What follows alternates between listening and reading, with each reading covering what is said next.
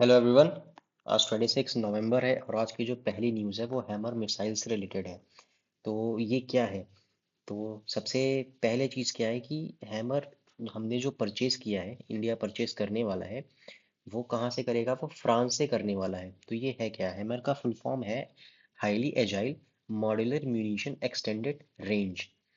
तो अब इसे हम अगर सिंपल वर्ड्स में देखें तो ये एक फाइटर जेट के ऊपर 30-40 किलोमीटर दूर से स्ट्राइक कर सकता है और बॉम्ब बिल्कुल इंच टू इंच एक्यूरेसी के साथ टारगेट को हिट करेगा। हैमर को सिंपल वर्ड्स में अगर बताएं तो ये एक स्मार्ट बॉम्ब है।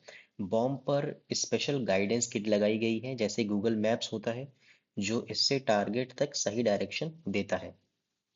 इसकी वजह से पायलट एनिमी के बिल्कुल पास जाने की जरूरत नहीं पड़ती है, पायलट एनिमी को दूर से ही मार देगा। हैमर की तीन चीजें उसे यूनिक बनाती हैं। तो पहला क्या है कि ये हाईली एजाइल होता है, मतलब बॉम्ब हवा में डायरेक्शन बदल सकता है, स्ट्रेट जाने की मजबूरी नहीं है, ऐसी मिसाइल की तरह मैन्यूवर कर सकता है।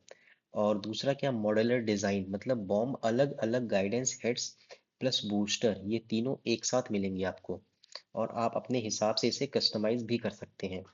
फिर एक्सटेंडेड रेंज होती है इसकी, 60 टू 70 किलोमीटर इसकी रेंज होती है।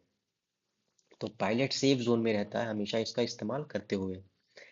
फिर ये तीन टर्म्स कंफ्यूज कर सकती हैं इसमें, तो है क्या ये? जीपीएस है, आईएनएस है और आईआर सीकर है। तो जीपीएस तो आपको पता ही होगा। फिर आईएनएस क्या होता है? आईएनएस फाइटर जेट के सेंसर्स के थ्रू डायरेक्शन मेंटेन करता है। और आईआर सीकर क्या होता है? टारगेट की हीट पे लॉक करता है आईआर सीकर। क्लाउड्स के पीछे भी काम कर सकता है ये। तो तीनों मिलकर बॉम्ब को मिस होने से बचाते हैं। ये इसे प्रिसीजन गाइडेड वेपन बना देते हैं। ये सारी तीनों चीजें मिलकर के इसे एक प्रिसीजन गाइडेड वेपन बना देती हैं। तो अब इंडिया ने हैमर क्यों परचेज किया, या इंडिया को हैमर क्यों लेना चाहिए? तो रीजन बहुत सिंपल है। इंडिया का जो माउंटेनियस बॉर्डर है और हाई एल्टीट्यूड वॉरफेयर में इंडिया काम कर सकता है, दोनों एलएसी और एलओसी, एलएसी पे भी और एलओसी पे भी।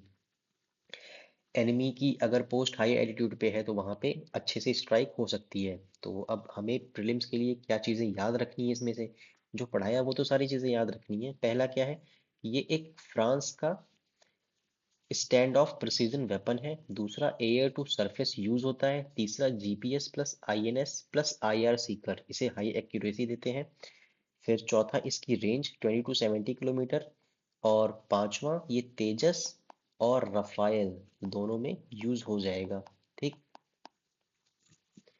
फिर अगला टॉपिक है हमारा, वो गुरु तेग बहादुर के बारे में है। अब गुरु तेग बहादुर जी का जो 350th मार्टरडम जो है वो 24 नवंबर को सेलिब्रेट किया गया। तो ये नाइन्थ सिखों के नाइन्थ गुरु थे। और इनके बाद इनके सन गुरु हरगोबिंद सिंह सिखों के 10th गुरु बने हैं। जो 10th और लास्ट गुरु थे, उसके बाद गुरु ग्रंथ साहिब को परमानेंट गुरु के तौर पे इस्टेब्लिश कर दिया गया था। और ये यंगेस्ट सन से किसके? 6th गुरु जो थे सिखों के, गुरु हरगोबिंद, उनके 6th गुरु थे ये सिखों के। और उनके यंगेस्ट सन कौन थे? गुरु तेग बहादुर जी। फिर इनके कॉन्ट्रीब्यूशंस क्या है? इन्होंने गुरु ग्रंथ साहिब में 100 शब्द लिखे हैं, मतलब हिम्स लिखी हैं, हिम्स। फिर आनंदपुर साहिब जैसी सिटीज को फॉर्म किया है इन्होंने पंजाब में, जहाँ पे खालसा का बर्थ प्लेस भी है। गुरु गोबिंद सिंह ने इसी आनंदपुर साहिब शहर में खालसा की पंथ की स्थापना की थी। अब दो गुरुद्वारास देखने हैं। पहला क्या है? गुरुद्वारा शीशगंज साहिब, जहाँ पे इनका एग्जीक्यूशन हुआ था। और गुरुद्वारा रकबगंज साहिब, जहाँ पे इनका क्रिमेशन हुआ था। अब इनका एग्जीक्यूशन क्यों हुआ था? क्योंकि ये रिलीजियस कन्वर्जन्स को जो औरंगजेब के टाइम पे हो रहे थे फोर्सफुली, उसने उन उसको अपोज किया था इन्होंने, जिसकी वजह से औरंगजेब ने इन्हें कैप्चर किया था और एग्जीक्यूट कर दिया था। इसी वजह से इन्हें हिंद दी चादर भी कहा जाता है। तो ये था गुरु तेग बहादुर जी के बारे में। अब आगे हम देखेंगे तेजस एयरक्राफ्ट के बारे में। तो जैसा आपने न्यूज़ में देखा होगा कि अभी रिसेंटली जो तेजस एयरक्राफ्ट है वो दुबई के एयर शो में क्रैश हो गया है। तो इस वजह से ये न्यूज़ में आ गया। तो इसे हम देखते हैं कि ये एक 4.5 जनरेशन का एयरक्राफ्ट है। ये लाइट कॉम्बैक्ट एयरक्राफ्ट है। तो तेजस इंडिया के लिए बहुत इंपॉर्टेंट, क्योंकि इसे आत्मनिर्भर डिफेंस की बैकबोन कहा जाता है। तो तेजस एक लाइट कॉम्बैक्ट है, एयरक्राफ्ट है, मैंने बताया। और इसका मतलब है कि इसका वेट कम है, स्पीड ज़्यादा है और एक्सट्रीमली एजाइल है। ये एयर टू ग्राउंड दोनों मिशन कर सकता है। इसको डीआरडीओ के एरोनॉटिकल डेवलपमेंट एजेंसी ने डिज़ाइन किया है और एचएएल ने इसका मैन्युफैक्चरिंग की है। तो तेजस को और चार फैक्ट्स हैं इसके बारे में, कि ये सुपरसोनिक है। तो इसकी स्पीड 1.8 मैक है। एक मैक मतलब लाइट की स्पीड। और फिर कंपोजिट मटेरियल्स क्या है इसमें, 40% से ज़्यादा इसका जो स्ट्रक्चर है वो कार्बन फाइबर से बना हुआ है। ठीक, इसलिए इसीलिए इसका जो वजन है वो काफ़ी कम है। फिर कॉकपिट इसकी काफ़ी मॉडर्न है। और सारी तरीके की जो डिजिटल इंफ्रास्ट्रक्चर है और जो भी रेडार्स हैं, कंट्रोल सिस्टम्स हैं, वो मल्टी मोड रेडार्स हैं, वो सारी चीज़ों को अच्छे से इसमें इंटीग्रेट किया गया है। ये मिसाइल कौन कौन सी यूज़ कर सकता है, तो ये अस्त्रा मिसाइल यूज़ कर सकता है और हैमर प्रिसीजन गाइडेड बॉम्ब भी इस्तेमाल कर सकता है। मोस्ट इम्पॉर्टेंट क्या, कि तेजस ने इंडिया को फाइटर जेट्स के लिए फॉरेन डिपेंडेंसी से बचाया है। हर 10-15 साल में जेट्स रिटायर हो जाते हैं। अगर हम खुद नहीं बनाएंगे जेट्स, तो आगे एयरफोर्स का कॉम्बैट स्ट्रेंथ कम हो जाएगा। तेजस इसी गैप को फिल कर सकता है, क्योंकि ये इंडिया में खुद बनेगा और हम अपनी कैपेबिलिटी के हिसाब से और अपनी रिक्वायरमेंट के हिसाब से इसकी प्रोडक्शन ज़्यादा और कम कर सकते हैं। इसके कुछ वर्जन्स भी आते हैं, जैसे MK1 है एक इसका वर्जन, फिर MK1A भी है, फिर MK2 है इसका वर्जन। तो ये सारे वर्जन्स आप ध्यान रखिए, इनके बारे में जानने की उतनी ज़्यादा ज़रूरत नहीं है। तो लास्ट में जो की फैक्ट्स थे वो है कि ये इसे बनाया किसने है, डीआरडीओ ने इसे डिज़ाइन किया है और एचएएल ने इसे मास प्रोड्यूस किया है। 4.5 जनरेशन का है। कंपोजिट हैवी स्ट्रक्चर है लेकिन लाइट वेट है। अस्त्रा हैमर जैसी मिसाइल्स का या बॉम्ब्स का यूज कर सकता है। और MK1, MK1A, MK2 इसके क्या है, वेरिएंट्स हैं। फिर अब आता है 53rd चीफ जस्टिस के बारे में, जिस जो सूर्यकांत, जस्टिस सूर्यकांत हमारे 53rd चीफ जस्टिस बने हैं, जो इंडिया के पहले चीफ जस्टिस हैं जो हरियाणा स्टेट से आते हैं। फिर कुछ आर्टिकल्स हैं, जैसे 124 क्या कहता है कि प्रोविजन फॉर अपॉइंटमेंट ऑफ जजेस एंड सीजेआई, इंडिया में सीजेआई और जजेस को कैसे अपॉइंट किया जाएगा, ये सारे प्रोविजन कहाँ पे मेंशन है, आर्टिकल 124 में। आर्टिकल 130 क्या कहता है, आर्टिकल 130 बताता है कि अगर सुप्रीम कोर्ट को दिल्ली के अलावा अपनी सीट और भी कहीं स्टैब्लिश करनी है, तो उसका अप्रूवल कौन देगा, सीजेआई देंगे। अगर क्वेश्चन में प्रेसिडेंट लिख के आ गया तो शायद कंफ्यूजन हो जाए, इसीलिए ये ध्यान रखिए कि ये सीजेआई देंगे और ये काफी इंपॉर्टेंट है फैक्ट। फिर आता है कि सीजेआई को रिमूव कैसे करते हैं। प्रूवन मिसबिहेवियर और इनकैपेसिटी के बेस पे इन्हें रिमूव किया जा सकता है। जो मोशन होगा वो दोनों हाउस में स्टार्ट हो सकता है। अगर लोकसभा में स्टार्ट हो रहा है तो 100 MPs का सिग्नेचर चाहिए स्टार्ट करने के लिए, मोशन लाने के लिए, इंट्रोड्यूस कराने के लिए। और राज्यसभा में अगर इंट्रोड्यूस कराना है तो एटलीस्ट 50 MPs की बैकिंग चाहिए। उसके बाद ये जो मोशन है ये एक 3 मेंबर कमेटी के पास जाता है, जो इनके ऊपर लगाए गए चार्जेस को इन्वेस्टिगेट करती है।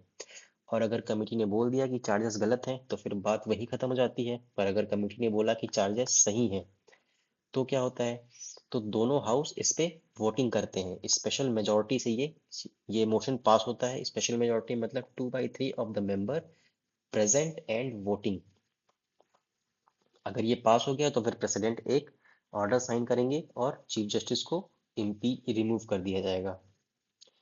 फिर अब चीफ जस्टिस बनने की एलिजिबिलिटी क्या है, एलिजिबिलिटी अलग से कुछ नहीं है। जैसे सुप्रीम कोर्ट का जज होता है उसके लिए जो एलिजिबिलिटी है, हाई कोर्ट का जज 5 साल के लिए हो, हाई कोर्ट में एडवोकेट हो 5 साल के लिए, या कोई डिस्टिंग्विश जूरिस्ट हो। ये जो डिस्टिंग्विश जूरिस्ट वाला क्राइटेरिया है, ये सिर्फ सुप्रीम कोर्ट के केस में लगता है, हाई कोर्ट के केस में नहीं लगता। ये डिस्टिंग्विश जूरिस्ट वाला क्राइटेरिया हाई कोर्ट के केस में नहीं लगता है। फिर अगर ये है, फिर जो रिटायरिंग चीफ जस्टिस हैं वो सुप्रीम कोर्ट के उस टाइम के सीनियर मोस्ट जो जज हैं उनको अपॉइंट कर देते हैं अगला चीफ जस्टिस, और फिर प्रेसिडेंट उन्हें अपॉइंट कर देते हैं। कोई फिक्स टेन्योर नहीं होता है, 65 की ईयर तक ये चीफ जस्टिस रहते हैं। तो जो नेक्स्ट टॉपिक है वो इथियोपिया में जो वॉल्केनो एरप्ट हुआ है जिसकी वजह से दिल्ली में बहुत ज़्यादा ऐश बिल्डअप हो गया है, उससे रिलेटेड है। तो ये जो वॉल्केनो है इसका नाम क्या है? Highly Gubbi volcano. फिर ये अफार ट्रायंगल में है। अफार ट्रायंगल क्यों है जहाँ पे वॉल्केनिक एरप्शन हुआ? क्योंकि यहाँ पे जो अफ्रीकन प्लेट है, अरेबियन प्लेट है और सोमालियन प्लेट है, ये तीनों प्लेट आपस में डाइवर्ज हो रही हैं, जिस वजह से यहाँ पे एक डिप्रेशन क्रिएट हो रहा है और वॉल्केनिक एरप्शन हो रहा है। ये 12,000 साल से डोरमेंट था और इसका एरप्शन नहीं हुआ था। अभी रिसेंट में ये एरप्ट हो गया है। इसके जो ऐश प्लूम्स हैं वो 14 किलोमीटर ऊपर तक गए हैं हवा में। उसके बाद ये ट्रेवल किए हैं रेड सी में, वहां से अरेबियन पेनिनसुला में और वहां से इंडिया में आ गए हैं ये बहुत ही रेयर है, फिनोमिना है, क्योंकि एक डोरमेंट वॉल्केनो जो 12,000 साल से नहीं एरप्ट हुआ वो अचानक से एरप्ट हो गया है, तो रेयर फिनोमिना तो होगा ही। फिर रिफ्टिंग इन अफार डिप्रेशन, ये बता दिया मैंने आपको। रिफ्टिंग में क्या होता है? डाइवर्जेंट बाउंड्रीज होती हैं जिससे क्रस्ट जो होता है यहाँ पे वो थिन हो जाता है, और ये क्रस्ट थिन हो जाता है तो मैग्मा यहाँ से एरप्ट कर सकता है। मेंटल प्लूम एक्टिविटी आप जानते हैं, हॉटस्पॉट एरिया क्रिएट होता है जहाँ से मैग्मा बाहर आता है। फिर डोरमेंट वॉल्केनो था, एक्सटिंक्ट नहीं था, इसीलिए ये एरप्ट हो गया। फिर अब इम्पैक्ट्स के बारे में क्या है कि इम्पैक्ट क्या होगा? ऐश फॉल होगी, बहुत ज़्यादा ऐश धूल ये सारी चीज़ें आ जाएंगी, रेस्पिरेटरी इश्यूज होंगी, लाइफ स्टॉक ग्रेजिंग ग्राउंड्स को प्रॉब्लम होगी, एग्रीकल्चर में प्रॉब्लम हो सकती है, इंफ्रास्ट्रक्चर डैमेज हो जाएगा, road, railway, air communication, air travel, इन सारी चीज़ों में रुकावट आएगी। एविएशन सेक्टर को डिस्रप्शन फेस करना पड़ेगा, एयर क्वालिटी डिटीरियोरेट हो जाएगी, क्लाइमेट इम्पैक्ट आएगा। क्लाइमेट इम्पैक्ट में जनरली कूलिंग बढ़ जाती है थोड़ा सा, क्योंकि जो सन की रेज है वो पेनिट्रेट करके नीचे तक नहीं आ पाएंगी। फिर अब इंडिया में कैसे आ गई? इंडिया में हाई एल्टीट्यूड वेस्टर्ली एंड सब ट्रॉपिकल जेट स्ट्रीम्स ने इन्हें ट्रांसपोर्ट करके इंडिया में ले आए। जेट स्ट्रीम्स आप जानते ही हैं, 10 से 200 किलोमीटर पर आवर की स्पीड से ये अपर एटमॉस्फेयर में ट्रैवल करती हैं। अब क्या इससे जो ग्राउंड पे जो एयर की क्वालिटी है वो डिटेरियोरेट हो सकती है? तो इसके चांसेस बहुत कम हैं, क्योंकि ये हाई एल्टीट्यूड पे है, जैसे कि बताया मैंने 14 किलोमीटर ऊपर है ये। तो नीचे की एटमॉस्फेरिक क्वालिटी डिटेरियोरेट खराब होना बहुत ही कम चांस है उसका। तो डिटेरियोरेशन ऑफ एयर क्वालिटी देखते हैं। दिल्ली की तो पहले से ही 400 के ऊपर है AQI। अगर इसकी वजह से भी डिटेरियोरेट होने लगी तो फिर बहुत ज़्यादा मुश्किल आएगी। अब हम देखेंगे कि वॉल्केनिक एरप्शन होता कैसे है। तो अर्थ के अंदर बहुत ज़्यादा हीट होती है। हीट कैसे आती है? क्योंकि यहाँ पे प्रेशर बहुत ज़्यादा है, फिर रॉक्स मेल्ट होते हैं, मेल्टेड रॉक्स को मैग्मा कहते हैं। और ये जो मैग्मा है ये अर्थ के डीपर पार्ट में मेंटल से बनता है। जब टेक्टोनिक प्लेट्स मूव करती हैं तो फ्रिक्शन प्लस हीट और ज़्यादा होने लगती है, फिर मैग्मा फॉर्मेशन भी बढ़ने लगता है। तो मैग्मा एक मैग्मा चेम्बर के नाम के अंडरग्राउंड टैंक में रहता है, कलेक्ट हो रहा है यहाँ पे, बन रहा है, प्लेट्स इसमें जा रही हैं, मेल्ट हो रही हैं, तो फिर मैग्मा बन रहा है। तो बनेगा तो कहीं कलेक्ट भी होगा, तो वो मैग्मा चेम्बर नाम के प्लेस में कनेक्ट होता रहता है, कलेक्ट होता रहता है। फिर यहाँ पे क्या होता है? मैग्मा चेम्बर में टेम्परेचर बहुत ज़्यादा होता है, ठीक है, गैसेस होती हैं और प्रेशर भी बहुत ज़्यादा होता है यहाँ पे। जब प्रेशर वीक पॉइंट्स ढूंढता हुआ शुरू करता है और एरप्शन का काउंटडाउन शुरू हो जाता है, जैसे प्रेशर को वीक पॉइंट्स मिल रहा है यहाँ पे, तो ये मैग्मा को ऊपर पुश करता रहेगा। अर्थ की क्रस्ट में क्रैक्स होते हैं, वेंट्स होते हैं और फिशर्स होते हैं। प्रेशर इन क्रैक्स को पुश करता है और मैग्मा ऊपर उठने लगता है। ऊपर आते वक्त गैसेस एक्सपैंड होती हैं और जैसे बैलून फूलता है वैसे गैसेस ऊपर आती हैं और फिर वॉल्केनो ब्लास्ट हो जाता है, मतलब एरप्ट हो जाता है। जब गैसेस प्लस मैग्मा का प्रेशर क्रस्ट को तोड़ देता है तो वॉल्केनो एरप्ट कर जाता है। दो टाइप के एरप्शन होते हैं। पहला क्या होगा? पहला होगा एक्सप्लोसिव, फिर दूसरा क्या होगा? एफ्यूसिव। अब जैसे नाम से ही लग रहा है कि एक्सप्लोसिव है तो बर्स्ट होगा बहुत ज्यादा प्रेशर के साथ, और एफ्यूसिव है तो ये स्लो होगा, ठीक, मतलब बर्स्ट नहीं होगा, बहुत प्रेशर के साथ नहीं होगा। इसमें पायरोक्लास्टिक फ्लो होता है और बहुत ज़्यादा प्रेशर के साथ होता है, और एश क्लाउड्स भी बहुत ज़्यादा होते हैं। तो कुछ की फैक्ट्स क्या है इसमें कि मैग्मा क्या है? सबसे पहले तो मैग्मा अंडरग्राउंड मेल्टेड रॉक है। और लावा क्या है? वही मैग्मा जब अर्थ के क्रस्ट के ऊपर आ जाता है तो उसे लावा कहते हैं। फिर वॉल्केनो मोस्टली प्लेट बाउंड्रीज पर ही एग्जिस्ट करते हैं, ये एक और फैक्ट है। और लास्ट फैक्ट क्या है कि गैस प्रेशर एरप्शन की इंटेंसिटी को डिसाइड करता है, जितनी ज्यादा गैस प्रेशर उतना तेज एरप्शन होगा। गैस प्रेशर बहुत कम है तो एफ्यूसिव एरप्शन होगा, गैस प्रेशर बहुत ज्यादा है तो एक्सप्लोसिव एरप्शन होगा। तो ये था वॉल्केनिक एरप्शन से रिलेटेड। अब आज की वीडियो में इतना ही। Thank you.